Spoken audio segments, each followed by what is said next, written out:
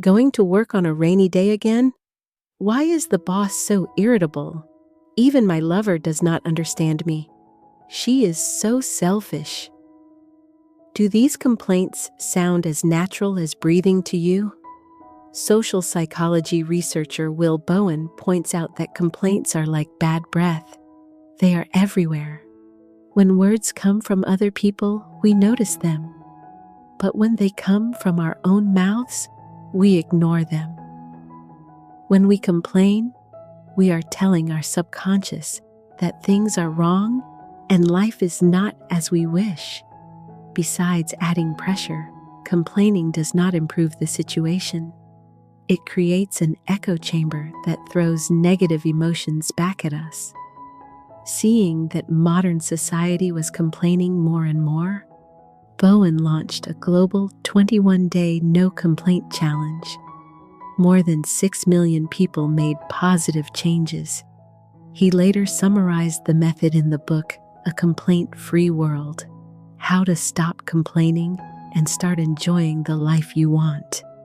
By reading it, you see that habitual complainers mistake complaining for salvation, yet end up buried in it. In essence, complaining is anger born from helplessness, a mask that hides fear of change, a weak escape for a spirit that lacks courage. A person with a strong inner life, truly lucid and moving toward awakening, does not complain or blame. As the old saying goes, the strong do not blame others, the wise do not lament themselves. However, stopping complaints does not mean pretending everything is perfect. The point is to recognize the motives and psychology behind your own complaining, so real change can begin. When you stop complaining about yourself and stop complaining about others, the world has nothing left that can disturb you. As the author says, you do not need a perfect world to stop complaining. By stopping complaints, you create a more perfect world within reach. Now, please listen to a sharing from Better Version titled, A Great Soul Never Complains. Allow yourself to regain the fragrance of the soul, radiate loving energy, attract good fortune, and dwell in true happiness. People who complain about hardship cannot reach a better life. Very few realize how often they complain because it has become a habit. That habit convinces you that you need to complain because it brings relief and empathy. The author recalls childhood. As a chubby boy, he was often called fat and felt fine. But at a party, he complained that because he was fat, no girl would dance with him. Immediately, friends defended him. When another kid arrived and called him fat, someone snapped, "Be quiet." Others said, "Don't tease him. Being fat is not his fault." He felt he had discovered a secret weapon. Gradually, he turned complaints about his weight into chances to receive attention and sympathy. Later at work, when he did not get a preferred shift, he complained that it was because he was fat. People reassured him that he was great, and he liked hearing it. When fined for a traffic violation, he blamed his weight. Others mocked the police. Complaints became a mental drug, and he grew addicted. He no longer noticed that he was complaining. It became unconscious speech, as natural as breathing. Many fall into the same spiral. When you play the victim and complain about your body, your troubles, and your weaknesses, you can gain momentary attention and comfort, yet at the same time, you lose the chance to change.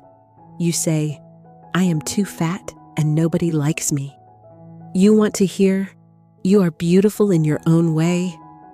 While forgetting to change your lifestyle to be healthier, you say, "I am old and out of chances." You want to hear, "Age is just a number."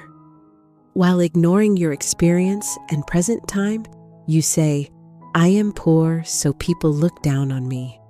You want friends to say, "They don't deserve you." while avoiding a sober look at improving your finances. Such complaints are masks that hide the fear of facing an imperfect self. They freeze you in the role of the one who needs rescuing. Instead of prompting you to solve problems, build healthy habits, grow yourself, or repair relationships, you focus on unfairness and disappointment. The author calls these complaints of unconscious helplessness. Words like these have great force. Complainers do not want bad things to happen, yet their negativity draws more negativity. Venting may bring brief relief, but that resentment creates a powerful negative field that drags us deeper into pain. As one writer said, humans tend to prove their beliefs. What you complain about, life will show you more of. Dwell on what is wrong, and your mind will be led to what you do not want. Over time, life becomes shaky, and you fall into a vicious circle. The greatest tragedy is using negative words to predict your own fate. The more you complain, the harder it is to live in peace. A truly strong person does not complain about others. Beyond complaining about themselves, people often complain about other people. Relationships that lack joy share one trait. One side frequently blames the other, or both sides complain at each other. When we complain, relationships stagnate and sour. Because complaint makes you ignore a person's good qualities and fixate on what annoys you. Once you often blame someone, you will keep seeking faults in them. This trap breeds dissatisfaction and causes the other to feel inferior. Someone who constantly hears complaints feels drained, resentful, anxious, even on edge. This is true in close bonds and in everyday interactions. Turn on the complaint mode, and a butterfly effect spreads. The paradox is that sometimes you know complaining is bad, yet cannot stop. You feel a conscious helplessness. Why? Because complaining has an addictive mechanism. Research shows that when you complain, mental pain triggers endorphins, an internal morphine that eases pain and creates a brief high. The spiritual teacher Eckhart Tolle points out that within each person, there is an undeniable pain body. What feeds and strengthens the pain body is bad news, conflict, and complaints. Although negativity feels awful, it acts like endorphins for your pain body and excites it. Once you start complaining, it is hard to stop. It is a psychological drug you hate and cannot quit. You may not even notice the addiction, like someone who drinks coffee daily and forgets the bitterness. Understanding this shows that stopping complaints is not only changing a habit, it is emotional detox. Complaint detox works when you first see your pain body and start loving yourself more. If you want healing, stop feeding the pain body with your own complaints. Also remember, you cannot expect others to stop complaining about you at once. For them, complaining is also a drug. They too are unhealed with their own pain bodies. Instead of demanding they change, offer love and compassion. Researcher Kowalski notes 5 core motives behind complaining about others, abbreviated as GRIPE. Knowing the motive helps you let go. The first is get attention, like complaining about your difficulties to attract care and recruit someone to take your side. The second is remove responsibility, a defensive complaint that prepares excuses ahead of time. For example, someone complains that marketing failed not to fix anything, but to cushion their own poor results. Such people see only a hopeless outcome and search for alibis before the work is done. As Sakura put it, what you really mean is, I don't want to do it. Using complaint to shift responsibility makes action useless and erodes the capacity to solve problems. The third is inspire envy. The complainer hints that they lack a flaw the target has, thus elevating themselves. If someone says, "My husband is so messy," they imply, "I am neat." If someone says, "He drives terribly," they imply, "I drive well." They seek praise to fill inner emptiness by attacking others, yet this backfires. Studies show that when you complain about a trait in someone else, listeners tend to attribute that very trait to you. Gossiping, when the person is absent, is also complaint used to boost oneself. People gossip not to share facts, but to highlight supposed negatives in others to look better. A gossip lover tends to complain more and recruit others. If you agree you feed a toxic energy, better to redirect and notice strengths in the person being criticized. Help the speaker recognize value. The fourth is power. To gather allies, the more who stand with you, the more power you gain. Media shows this clearly. News feeds on crisis, scandal, and tragedy, because negative stories ignite outrage and fuel engagement. A Harvard study found that bad news attracts far more interaction than positive news. Social networks amplify this by constant comparison, displaying curated success that triggers the primal fear of being left behind. To soothe anxiety, many belittle others, say their success is only luck, or condemn themselves as inferior. This generates a spiral of hypocrisy. You may criticize others while becoming a performer online. Many edit photos for hours to evade judgment and to win praise, as Erich Fromm warned. The more you chase the crowd's approval, the more you lose your own voice. The fifth is excuse poor performance. Similar to removing responsibility, but after the fact, someone criticizes others to cover a bad result that has already happened, especially when they took part in the failure. Criticism becomes a shield for image instead of ownership. At this point, many ask, if someone does wrong, can I not speak up? Stating facts differs from complaining in the energy you carry. He did not finish on time is a neutral fact. Sighing and saying, "I can't understand why after so many days he still didn't finish," is a complaint. A New Earth explains that pointing out errors so they can be corrected is different from complaining. Stopping complaint does not mean accepting poor quality. Asking a waiter to reheat a cold soup is neutral.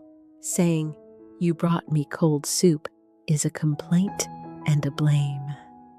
Watch your words. If you often lead with why, how come, always, or again, you are likely opening a complaint, because complaint spreads negative energy.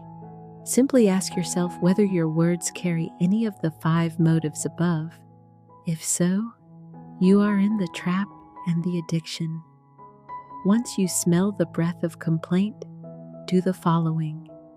Suffering plus complaint equals more suffering. Continuing to complain keeps a negative loop. You must stop to enter a positive loop. Positivity brings happiness. More positivity brings more happiness. Understanding your motives turns unconscious helplessness and conscious helplessness into conscious living and capability. You will end constant troubles and live at ease. To do this, build new habits the moment resentment sprouts. First, avoid polluted zones. Next time you are with a group and someone starts complaining, notice how it becomes a competitive sport. One person emits resentment and pollutes the space. Once the flame grows, others react blindly. Everyone piles on. It looks like warmth, but it creates a giant dump of emotions. Remove yourself from such zones early. Recognize negativity and leave valueless conversations. Sometimes silence is how you keep your soul clean. If you cannot leave, Listen like an observer. Do not merge with their emotions. Listen with clear reason. I am simply listening, not judging, not agreeing, not performing. Do not join the complaint to please. This detachment is a buffer that keeps you from emotional pollution. Then gently pivot the talk from complaint to action with open questions like, "What have you tried to untie this knot?" Or, "How can I support your next step?" This helps the speaker see a way out and turns negativity into creative opportunity. Close with a sincere encouragement. Afterward, clean your mind with a short meditation, a few deep breaths, a soft song, or a look at the clear sky. That is how you keep a warm heart while releasing what was absorbed. Listening without absorbing is the art of balancing empathy and awareness. You give full presence without letting another's emotion become your burden. The most beautiful sound is silence. Lao Tzu said, "Great sound is barely heard," meaning great value exists quietly. Nature moves in silence, yet with great power. The wise do not talk much. Their action and thought influence deeply. In a noisy age, keeping inner stillness in hardship is the best way forward. Constant talk and complaint signal inner lack, while silence preserves vitality.